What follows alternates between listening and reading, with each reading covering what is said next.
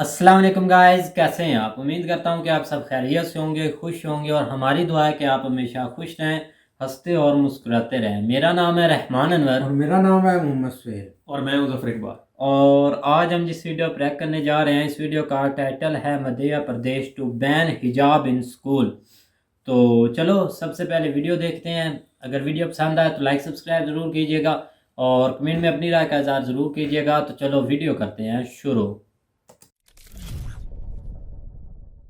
नमस्कार and welcome you to world affairs. मैं हूं प्रशांत धवन। और अब तक आप अगर देखो तो हिजाब को लेकर जो कंट्रोवर्सी थी ये सीमित थी कर्नाटका तक। यहाँ पर आप देख पाएंगे ये है कर्नाटका। अब क्या है कि ये कंट्रोवर्सी इंडिया के हार्टलैंड मध्य प्रदेश तक भी पहुंच चुकी है। अब रिसेंटली न्यूज़ ये आई है कि मध्य प्रदेश में भी पॉसिबल है कि इन द फ्यूचर हिजाब स्कूल कॉलेजेस में ऑल टुगेदर बैन कर दिया जाए। कर्नाटका में बाय द वे मैं आपको बता दूं स्थिति काफ़ी ख़राब हो चुकी है। वायलेंस स्टार्ट हो गया था बिटवीन स्टूडेंट्स, बिटवीन हिंदू मुस्लिम कम्युनिटीज़, और इस वजह से सेक्शन 144 इम्पोज किया गया है कर्नाटका के कुछ एरिया में। 2 दिन तक सेक्शन 144 इम्पोज किया गया है। उसके अलावा पूरे कर्नाटका में आने वाले 3 दिन तक स्कूल और कॉलेजेस बंद रहेंगे हिजाब के इशू को लेकर। तो डिस्कस करेंगे इस वीडियो में कि जो ये इशू है ये धीरे धीरे पूरे इंडिया में फैलता जा रहा है, from Karnataka to Madhya Pradesh. Discuss करेंगे इसके बारे में, बहुत कुछ आपको जानने को मिलेगा। मगर आगे बढ़ने से पहले आपसे एक क्वेश्चन पूछूंगा कि जब सेक्शन 144 लागू किया जाता है तब एक जगह पर किस नंबर से ज्यादा लोग असेंबल नहीं कर सकते। ये है यहाँ पे आपकी ऑप्शन 2, 5, 10 या फिर 8। इस नंबर से ज्यादा लोग एक जगह पे इकट्ठा नहीं हो सकते अंडर सेक्शन 144। आंसर करो कमेंट सेक्शन में। सही आंसर मैं आपको दूंगा वीडियो के एंड में। ओके, सो कर्नाटका में जैसे मैंने आपको बताया हालत काफी खराब हो चुकी है। यहाँ पर आप देख पाएंगे ट्वीट है कर्नाटका के चीफ मिनिस्टर बसवराज जी की। ये यहाँ पर कह रहे हैं, मैं अपील करता हूं हर स्टूडेंट को, टीचर को, मैनेजमेंट ऑफ स्कूल कॉलेजेस को, पीस और हार्मनी मेंटेन करके रखिए। I have ordered the closure of all high schools and colleges for the next 3 days। All concerned are requested to cooperate. और ये देखो एक ऐसे टाइम में करना पड़ रहा है जब कर्नाटका में, बाय द वे कर्नाटका में इशू क्या चल रहा है इस पर मैं ऑलरेडी वीडियो बना चुका हूँ। ये सारी कंट्रोवर्सी स्टार्ट हुई थी उडुपी में, जहां पर एक गवर्नमेंट कॉलेज में कुछ मुस्लिम फीमेल्स ने ये कहा कि ये हिजाब पहन के आएंगी। स्कूल की अथॉरिटीज ने मना कर दिया, वो हाई कोर्ट चली गई। उसके बाद जो ये डिस्प्यूट है बढ़ता गया, बाकी कॉलेजेस भी यहाँ पर इन्वॉल्व हो गए। और फिर उसके रिस्पॉन्स में ये भी देखा गया कि कई जो हिंदू स्टूडेंट्स हैं यहाँ पर, इन्होंने सैफरॉन शॉल यहाँ पे उड़ना स्टार्ट कर दिया, मेल फीमेल दोनों स्टूडेंट्स ने। अब इसके रिस्पॉन्स में कर्नाटका में कई कॉलेजेस हैं, इन्होंने ऑल टुगेदर हिजाब और सैफरॉन स्कार्फ्स दोनों ही बैन कर दिए हैं कैंपस के अंदर, ताकि टेंशन अभी के लिए डिफ्यूज हो जाए। मगर टेंशन डिफ्यूज होने का नाम नहीं ले रही यहाँ पर। और देखिए ये बहुत ही सैड है क्योंकि क्लियरली कर्नाटका के कॉलेजेस सिंपली अपने स्टूडेंट्स को ये कह रही है कि अपनी जो रिलीजियस आइडेंटिटी है घर छोड़ के आओ। यहाँ पर पढ़ने के लिए आते हो, खुद को एजुकेट करने के लिए आते हो, आप यहाँ पर आते हैं ताकि कल को अपने लिए एक बेटर फ्यूचर क्रिएट कर पाओ, एक अच्छी ज़िंदगी जी पाओ। तो अभी के लिए उस पर फोकस करिए। यहाँ पर जो आपका बैकग्राउंड है, रिलीजन है, उसको इन्वॉल्व मत करिए। मगर अनफॉर्चुनेट बात है आज के समय कि इस वजह से वॉयलेंस भी हो रही है इन कर्नाटका। अब कर्नाटका के बाद जब ये प्रॉब्लम एमपी में फैलेगी तो उसके बाद पॉसिबिलिटी है कि इसका इफेक्ट आपको राजस्थान और उत्तर प्रदेश में भी देखने को मिले। क्योंकि अभी के लिए मैं आपको ये बता दूं डेमोग्राफिक्स के बारे में, कर्नाटका की टोटल आबादी है 6 करोड़ 40 लाख के आसपास। ठीक है, 6 करोड़ 40 लाख की आबादी। और 2011 के सेंसस के हिसाब से कर्नाटका में 84% आपको मिलेंगे हिंदू और करीब 12.92% है यहाँ पर मुस्लिम पॉपुलेशन के लोग। मध्य प्रदेश में सिचुएशन कंप्लीटली डिफरेंट आपको मिलेगी।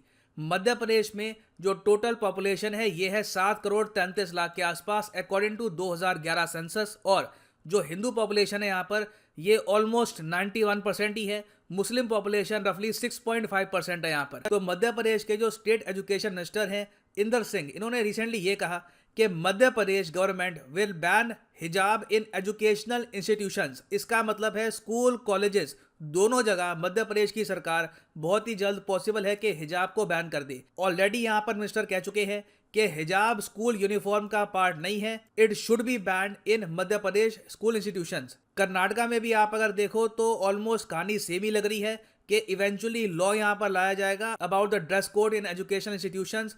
और यहाँ पे प्राइमरली बात की जा रही है section 133 2 of the Karnataka education act 1983 की, जहां पर यह लिखा है कि uniform style of clothes has to be worn compulsorily. और मध्य प्रदेश की सरकार ने यहाँ पर अपना स्टांस ये रखा है कि एजुकेशनल इंस्टीट्यूशन में एक प्रॉपर यूनिफॉर्म होनी चाहिए, एक स्ट्रिक्ट ड्रेस कोड होना चाहिए, जिससे एक इक्वालिटी की फीलिंग आए कि हम सब एक है, हम सब बराबर हैं, डिसिप्लिन आए स्टूडेंट्स में। जो बात अपनी जगह काफ़ी हद तक ठीक है। आप देखेंगे कई देश है दुनिया में, फॉर एग्जांपल यूएस है और कई वेस्टर्न कंट्रीज हैं, वहाँ पर यूनिफॉर्म का कॉन्सेप्ट होता नहीं है। इंडिया में यूनिफॉर्म के कॉन्सेप्ट को स्पेशली लागू किया गया था एजुकेशनल इंस्टीट्यूशंस में, ताकि लोगों में एक सेंस आए कि कोई अमीर नहीं है, कोई गरीब नहीं है। नहीं तो आप इमेजिन करके देखिए, इंडिया में अगर मान लो यूनिफॉर्म सिस्टम होता ही ना, जो कपड़े आपको पहने वो पहन के आ जाओ, साफ दिखता अमीर गरीब में डिफरेंस। अमीर लोगों के जो कपड़े होते हैं, अमीर बच्चों के कपड़े होते हैं, they would have been completely different compare to someone from a humble background. उसके अलावा जो रिलीजियस आइडेंटिटीज हैं वो और ज़्यादा हाईलाइट होती। तो कोशिश ये की गई कि एटलीस्ट एजुकेशनल इंस्टीट्यूशन में सब लोग समान हो, सब लोग इक्वल हो, एक यूनिफॉर्मिटी आए। तो इसी की यहाँ पर ये लोग बात कर रहे हैं कि यूनिफॉर्मिटी पर ये लोग फोकस करेंगे। अब इस सब के बीच में देखो, मैं कहूँगा कि प्रॉब्लम यहाँ पर ये आ जाएगी, इवेंचुअली सरकार को भी इसके बारे में सोचना होगा कि इससे लिटरेसी रेट भारत का इम्पैक्ट ना हो जाए। आप अगर सेंसस ऑफ इंडिया देखो 2011 का, वहाँ पे लिखा है कि इंडिया का जो लिटरेसी रेट है ये 73-74% के बीच में आपको मिलेगा। जो national statistical commission of India है, इसने कहा था कि इंडिया का लिटरेसी रेट करीब 77.7% तक पहुंच चुका है। और वैसे आप अगर देखो मेल फीमेल के डिफरेंस में, तो क्लियरली आपको दिखेगा कि भारत में मेल ज़्यादा लिटरेट आपको मिलेंगे, फीमेल कम लिटरेट्स हैं, क्योंकि कई अभी भी दूर दराज के इलाके हैं वहाँ पर फीमेल एजुकेशन पे कम एम्फेसिस दिया जाता है।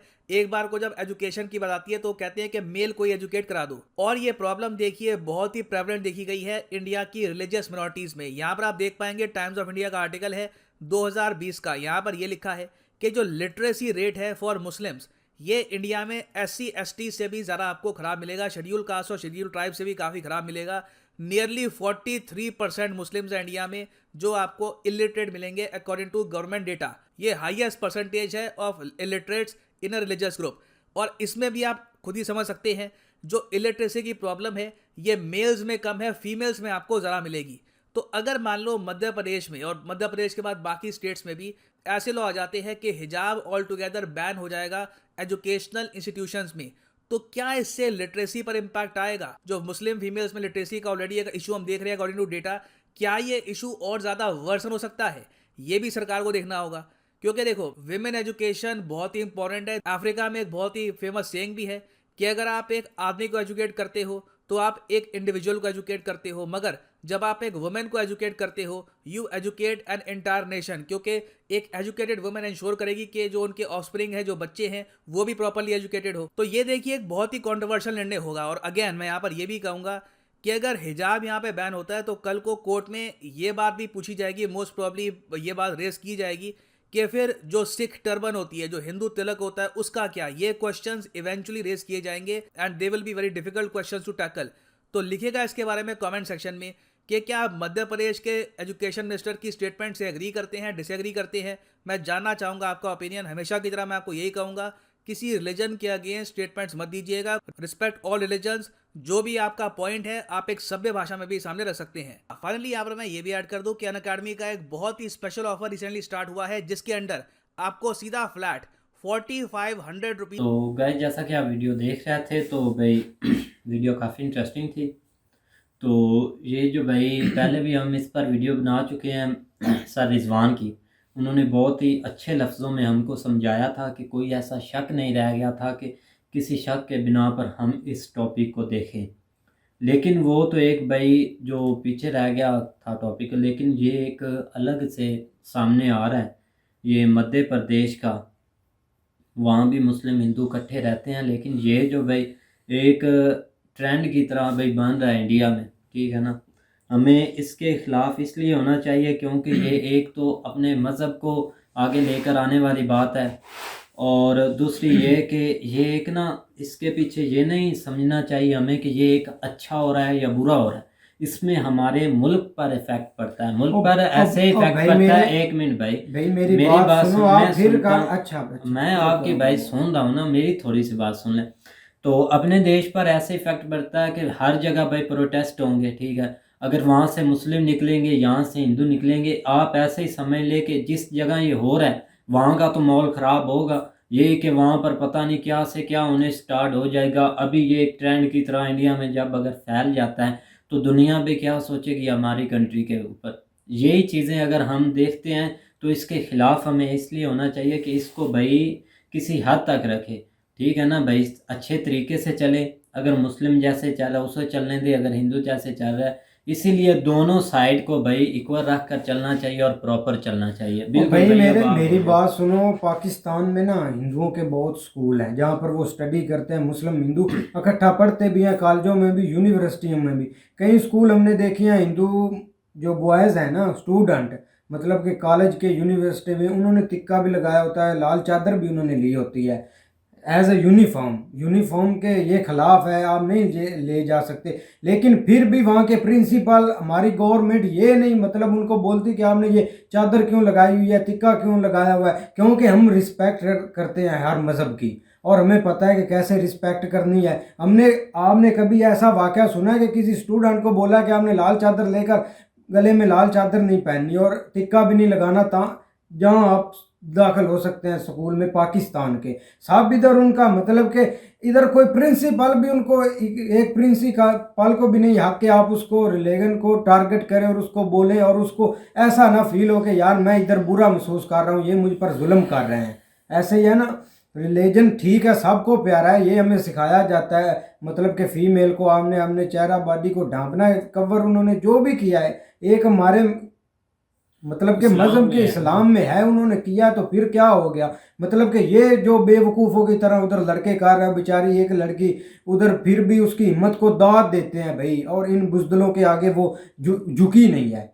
ऐसा ही है ना, तो इनको भी भाई कुछ रिस्पेक्ट करनी चाहिए। ये क्या कर क्या रहे हैं? अगर हिजाब ठीक है, पहले भी 70 साल से चलता है, किसी ने इतना नहीं इशू उठाया, अब इनको क्या हो चुका है यार अब होने वाली बात पता है क्या है भाई, सर रिजवान की हमने वीडियो देखी, ठीक है ना, रिजवान की भी वीडियो देख ली, ठीक है, उसने भी पॉइंट अच्छे किए थे, लेकिन ये है ना मामला जो है ना वो आगे बढ़ रहा है, ठीक है, इसमें मुल्क की बदनामी हो रही है। हैं ये उनके अपने ही शहरी है ना, अपने मुल्क के लोग हैं। ये नहीं कि वो कह रहे हैं, वो किसी को बाहर कह रहे हैं क्या कि आप हमारी इमदाद करें, या इस तरह का सीन नहीं है। वो अपने मुल्क से प्यार करते हैं। और वो जो है ना, ये जिस तरह एक इशू बन रहा है ना, ये जो है ना वो सरबिशान जिस तरह बता रहा है कि ये फैल रहा है, बजाय इसको, क्योंकि अब हम इधर इधर बैठे हैं एज ए मुस्लिम, जो है ना हमें भी इन चीज़ों की तकलीफ होती है। देखो ना, एक ठीक है, ये हमारे ऊपर फ़र्ज़ नहीं है, लेकिन ये एक बचपन से जो है ना वो हमारी बेटियों को, माँओं बहनों को जो है ना ये चीज़ें सिखाई जाती हैं कि आपने पर्दे में रहना है, ठीक है, क्योंकि ये हमारे पीछे से जो है ना वो जिस तरह हमारे नबी अकरम सल्लल्लाहु अलैहि वसल्लम ने जो है ना ये इस चीज़ के अहकाम दिए हैं कि औरत पर्दे में जो है ना, वो शुरू से, जो आप किसी भी कंट्री, जो इस्लामिक कंट्री में देख लें, आपको जो है ना वो ये सारी चीज़ें मिलेंगी, ठीक है। तो उस लिहाज से अगर वो आपके मुल्क के बशिंदे हैं तो उनको जो है ना पहले भी देख लो, 70 साल से जो है ना वो रह रहे हैं वहाँ पे, उनको इस तरह का इशू नहीं आया। तो अब अगर ये फैल रहा है तो इसको जो है ना वो जल्द से जल्द जो है ना इसको, इस मामले को हल करना चाहिए। उसकी वजह क्या है? वो ठीक है, आपको अपना मज़हब प्यारा, उनको भी अपना प्यारा, हर मज़हब की जो है ना वो रिस्पेक्ट करनी चाहिए यार? इसमें वो उसकी। इस पे वो इनकी मजहब की मतलब कि इनको इनकी मजहब की इंसल्ट तो नहीं ना कर रहे हैं? शुरू नहीं, से वो वो बात लेकर नहीं है। जब ठीक है वो पहनते हैं, इसमें इनके मजहब की क्या इंसल्ट हो रही है? नहीं ये मतलब मुझे पहले बात वो नहीं समझ भाई की में आ बात रही। पूरी होने या देना, ये वो किसी को बात तो टारगेट सुने करने। भाई, पूरी बात नहीं, करने दे। इंसल्ट की बात नहीं है, इंसल्ट की कौन बात कर रहा है? इंसल्ट होनी भी नहीं चाहिए, किसी तरीके से भी नहीं होनी चाहिए, लेकिन मामला ये है कि इस मामले को हल करना चाहिए किसी ना किसी तरीके से। इस तरह जो है ना वो नफरत जो है ना वो बढ़ती जाएगी अंदर जो है ना, ठीक है, क्योंकि वो ठीक है, आपके वो शहरी हैं, आपको इनको जो है ना वो मेजॉरिटी है, आपकी माइनॉरिटी भी नहीं कह सकते, मेजॉरिटी है, लेकिन अगर उनका आप इधर वो सही सुहेल की मैं जो है ना बात पे एग्री हूँ कि इधर भी अगर कोई है ना, तो हम उनको जो है ना वो कभी इस तरह टारगेट नहीं करते, या उनको जो है ना इस तरह कभी नहीं कुछ कहा कि आप जो है ना वो एक एजुकेशनल लेवल पे। बाकी ऊपर वाले मामला आपको वाकई रोज़ हम सुनते हैं कि जहाँ पे जो उनके साथ जो कभी होता है, कभी वो सारे मामला चलते रहते हैं, लेकिन इसका जो है ना वो जल्द से जल्द जो है ना कोई हल निकालना चाहिए गवर्नमेंट भाई को। हल निकालना ये देखो, ये इसी तरह मतलब लास्ट जिस तरह इनके जो है ना वो किसानों का इशू उठा था, लेकिन वो कितनी देर, जब देखो वो इंटरनेशनल लेवल पे जो है ना वो चीज़ें पहुंच गई, तो बाद में भी उसको हल किया, लेकिन इससे बेहतर है कि फिजा ऊपर जाने की बजाय इसको जितना जल्दी हो सके इसको जो है ना वो हल करना चाहिए।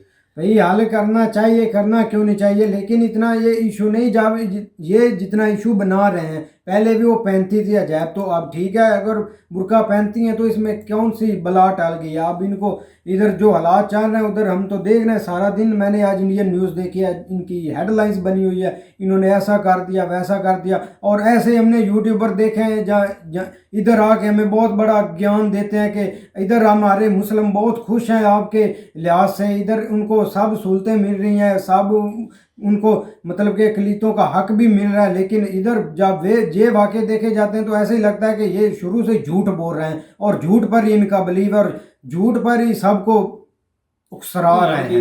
इधर हम बैठे हैं ना, मेरी तो बात हमारा सुने। हमारा भी मकसद ये लेकिन है कि आज हम हमें मतलब एक कि बिलीव positive हुआ कि picture जो है ना, जिन्होंने अच्छा काम किया था इनसे अलहदा होकर। यार इनसे अलहदा होने वाली बात नहीं, मेरी बात सुनो। वो एक स्टूडेंट की बात है और ऊपर से जो प्रिंसिपल हैं वो भी बोल रहे हैं कि इस चीज ऐसा काम ना करें आप, ये जो मज़हब है इसको पीछे रख कर आगे आएं, नहीं, वो अपनी मैं एजुकेशन बताऊं आपको, कंप्लीट करें। इस एक चीज़ों में क्यों रास्ते में करते हैं? यार मेरी भाई बात सुनो, इसमें स्कूल मजहब के मतलब के एजुकेशन में क्या रकावट गेट है? की हद तक भी तय हो सकता है कि आप यहाँ तक पहन के आ सकते हैं, आगे आप जब इंटर करेंगे तो उस वक्त आपको जो है ना वो यूनिफॉर्म घर से तो पहन के आए, कोई इशू नहीं है, ज़रूर पहनना चाहिए। यूनिफॉर्म से ही आपकी पहचान होती है।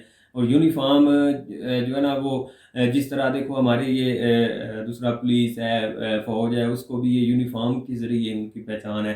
तो उन्होंने सही बात की कि अगर अगर ना हर बंदा अपना अपना लिबास पहनेगा तो उसमें अमीर और गरीब का जो है ना वो फ़र्क वाज़ह नज़र आएगा। तो यूनिफॉर्म रखने का मकसद ये है कि इसमें सब बराबर नज़र आएँ, ताकि किसी को किसी के ऊपर कोई जो है ना वो अंदर से कोई ऐसी चीज़ ना निकले कि मेरे पास ये जो है ना वो नहीं अफोर्ड करने के लिए। तो उससे बेहतर है कि यूनिफॉर्म जो है ना वो, अगर हमारे एशिया में एक ये कल्चर है तो इसको बरकरार रखना चाहिए और ये एक अच्छी चीज़ है। बिल्कुल। तो इसका जो है ना वो कोई ना कोई जितना हो जल्दी हो सके जो है ना इसका हल निकालना चाहिए, बजाय इसके कि ये दूसरा ना, क्योंकि देखो ना वो अगर इंडिया में रह रहे हैं तो अगर उनके साथ इस तरह के मामलात आएंगे ना तो फिर वो अंदर ही अंदर जो है ना वो मसला जो है ना वो ख़राब हो जाता है। तो बिल्कुल बजाय इसके कि वो चीज़ें उठें, सारे भाई बहुत सारे जो है ना वो लोग उनके साथ में है, ये नहीं कि इंडियन नहीं है, इंडियन हिंदू जो है ना हिंदू भाई उनके बिल्कुल साथ हैं।